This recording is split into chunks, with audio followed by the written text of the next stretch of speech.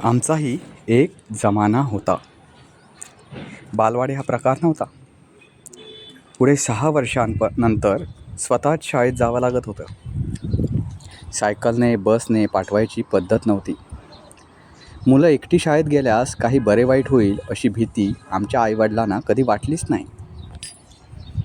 Pass नापास हेच आम्हाला कळत होतं. टक्क्यांचा आणि आमचा संबंध कधीच नव्हता. शिकवणी लावली हे सांगायला लाज वाटायची, कारण असं हिणवलं जायचं. पुस्तकामध्ये झाडाची पानं आणि मोरपीस ठेवून आम्ही हुशार होऊ शकतो असा आमचा दृढ विश्वास होता. कापडाच्या पिशवीत आणि नंतर चैन म्हणून पत्र्याच्या पेटीत पुस्तकं आणि वह्या रचण्याचा शिरस्ता हे आमचं एक निर्मिती कौशल्य होतं. दरवर्षी जेव्हा नव्या इयत्तेत दप्तर भरायचो त्याआधी पुस्तकं आणि वह्यांना कवर्स घालणे हा आमच्या जीवनातला एक वार्षिक उत्सव असायचा. वर्ष संपल्यानंतर पुस्तकं विकणं आणि विकत घेणं यामध्ये आम्हाला काहीही लाज वाटत नसे. आईवडिलांना आमचे शिक्षण त्यांच्यावर फारसा बोजाही नव्हते. कोणी मित्राच्या सायकलच्या पुढच्या दांड्यावर व दुसऱ्याला मागच्या कॅरियरवर बसवून आम्ही रस्ते किती फिरलो हे आता आठवतही नाही. सरांचा शाळेत मार खाताना आणि पायाचे अंगठे धरून उभे राहताना, कान लाल होऊन पिरगळला जाताना आमचा इगो कधीच आडवा येत नव्हता. खरं तर आम्हाला इगो काय असतो हेच माहीत नव्हतं. मार खाणं ही आमच्या दैनंदिन जीवनातली एक सामान्य प्रक्रिया होती. मारणारा आणि मार खाणारा दोघेही खुश असायचे.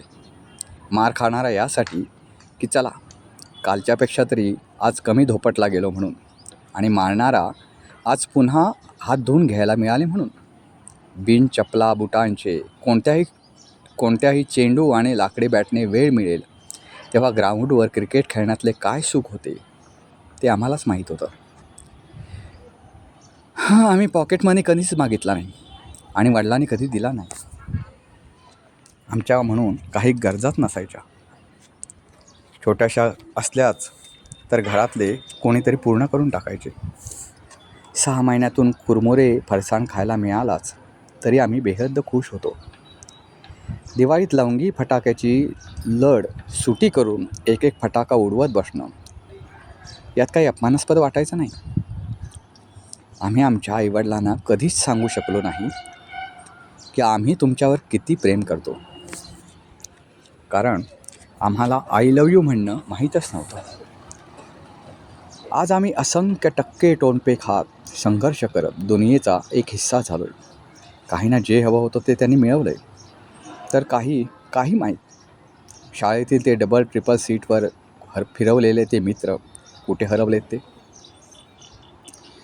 आम्ही जगात कुठेही असू, पण हे सत्य आहे की आम्ही वास्तव दुनियेत जगलो आणि वास्तवात वाढलो. भाकरी आणि कालवणाशिवाय मधल्या सुट्टीतला काही डबा असतो हे आम्हाला माहीतच नव्हतं.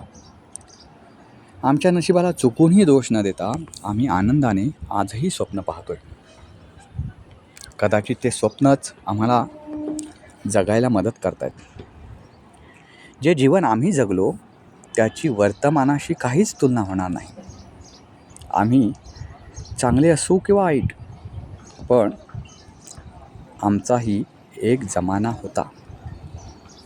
हो, आमचाही एक जमाना होता.